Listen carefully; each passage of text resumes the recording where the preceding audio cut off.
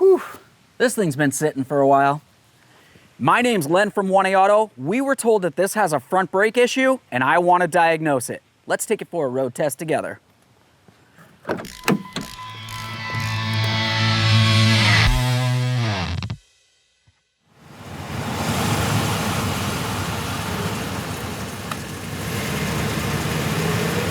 Oof, I definitely hear some scraping coming from this.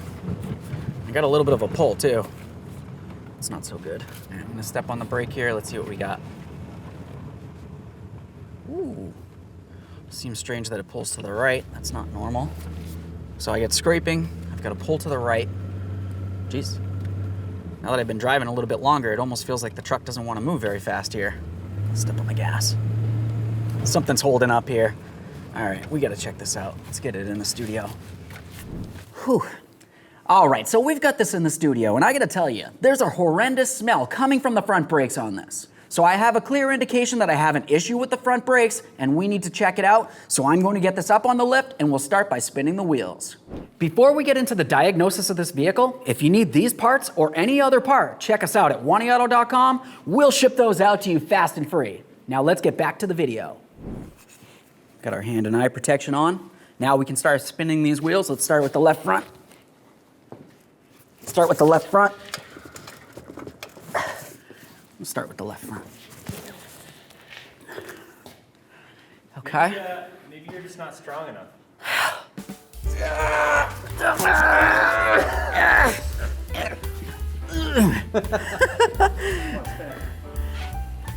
you go. I heard a little something. You got this. Don't hurt yourself, Bri.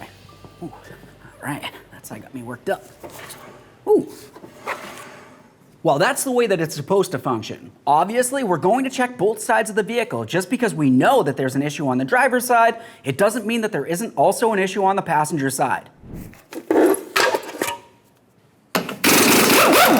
Let's get these lug nuts off of here. Ooh, these lug nuts are warm. Wow.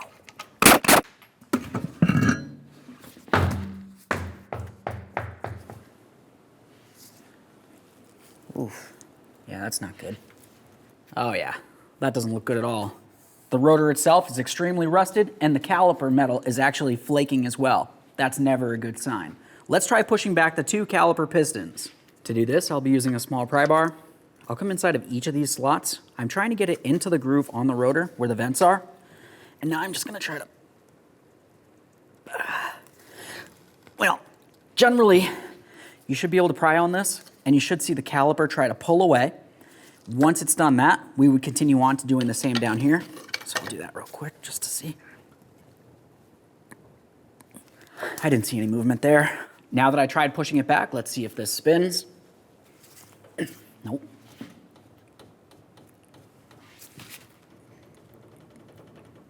Oh!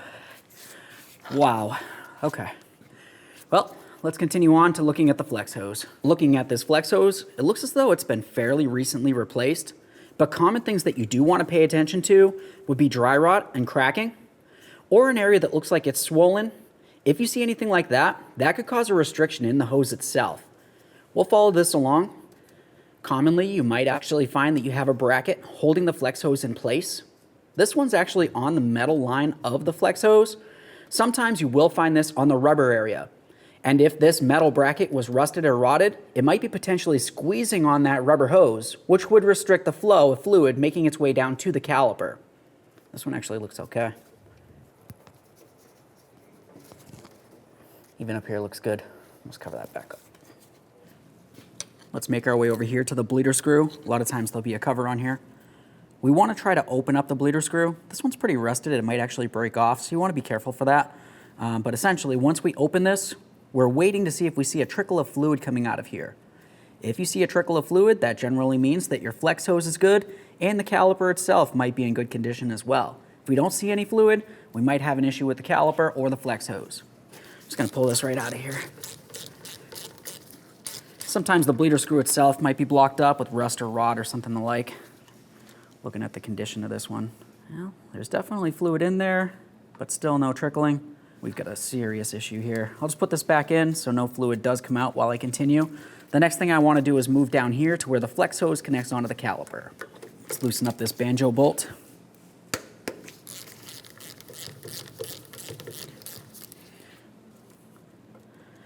Okay, so now that I loosened the Banjo bolt here, I do have a steady trickle of fluid, which essentially tells me that my flex hose is in good condition.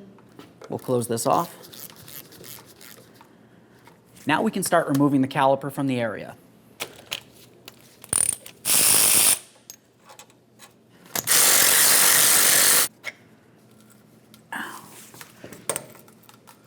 Wow.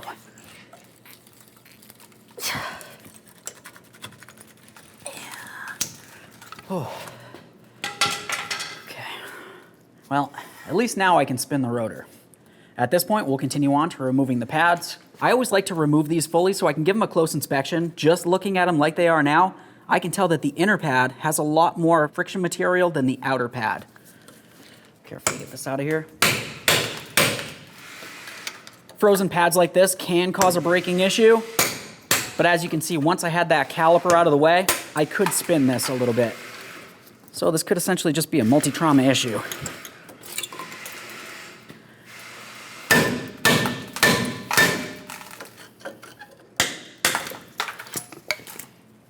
That one's definitely worn a lot lower. Well, this spins freely now. The next thing that we want to pay attention to is our caliper piston. On some vehicles, you'll only have one, others will have two, possibly four, or even in some cases 6. What I want to look at on this one in particular is the fact that the piston itself is extremely rusted and rotted, and it's even flaking. That's never a good sign. If you can see any fluid coming around this dust boot, that means that the seal on the inside of the caliper holding the fluid in is leaking. It's making its way out to this area, and that's going to cause an issue as well. Of course, if you did see that, you definitely want to replace the caliper. We're looking to see if this boot is torn, worn, or damaged in any way. Now on this particular truck, it has over 300,000 miles on it. And judging by the condition of the calipers, they look original. It only makes sense to replace both of the calipers and the front pads and rotors all at the same time, saving yourself time and money in the long run. We already have everything pretty much torn apart, so I'll remove this caliper bracket, remove the rotor, start cleaning everything up, and then we'll get some brand new parts on here from 1A Auto.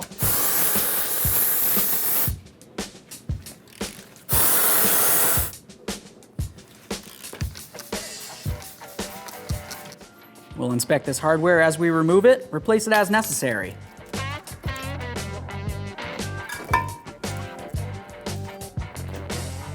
Let's get this out of here.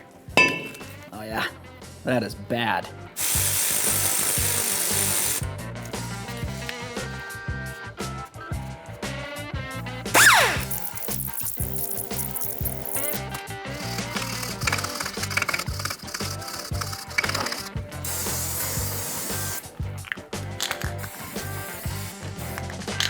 Okay, so we've got these rusted old parts that just came off of this vehicle, and right next to them we have the brand new parts from 1AAuto.com. Now let's get these in the truck.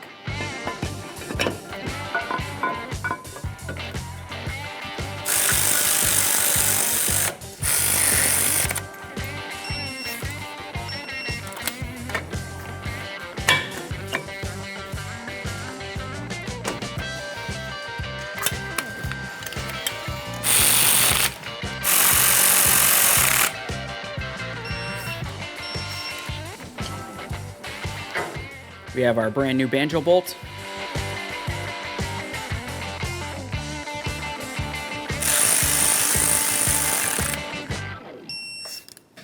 Now we'll make our way up here to the bleeder screw. We're going to let this gravity bleed. What I mean by that is we'll let gravity draw that brake fluid all the way down through the brake lines into the caliper. We'll fill this up and then it'll eventually start trickling out. Make sure you have your collection bucket under this area. This part can take a minute. At this point, we have a solid trickle of fluid coming out of here. We're waiting to make sure we don't see any more air bubbles. Once it looks as though we're good this way, we'll close this off and continue on with the manual bleed. This is going to be easiest having a second person, one person up inside the vehicle, and then the other person will be right down here. We'll repeat this process until there's no air in the system. Go ahead and pump up that brake pedal, please.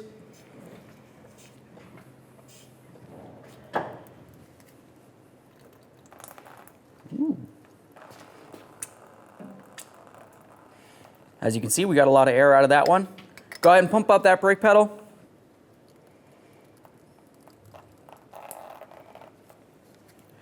At this point, we'll clean up our mess.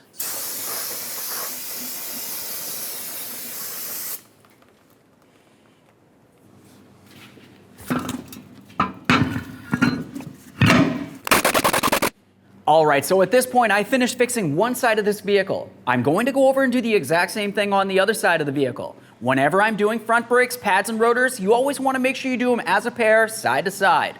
As far as calipers, yeah, you can do them one at a time, but why not replace them as a pair? That way there you know everything is brand new, and you can drive it down the road with safety in mind.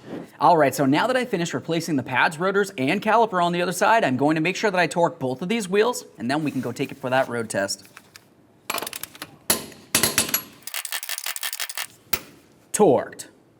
All right, so we're out on our road test. We're gonna test out these brakes. I'll step on the brake real quick. We're gonna watch that steering wheel. Oh, that was smooth. Now, as you can tell, these brakes are working exactly as they should. I feel a lot safer driving in this vehicle. I don't hear a screeching noise, a scraping noise, and I didn't feel any sort of pull. That's a good sign. Now, I hope you liked this video. I hope you found it interesting. If there was something in this video that you think might help somebody, go ahead and share it with them. If you like the video or love the video, go ahead and smash on the like button for me. It would mean the world. While you're at it, go ahead and subscribe, ring the bell. That way there you, all of your friends, can be kept up with all of our latest content. Thanks. I feel safer. Except this time with hopefully an extension that won't break. We were told that this needs front brakes.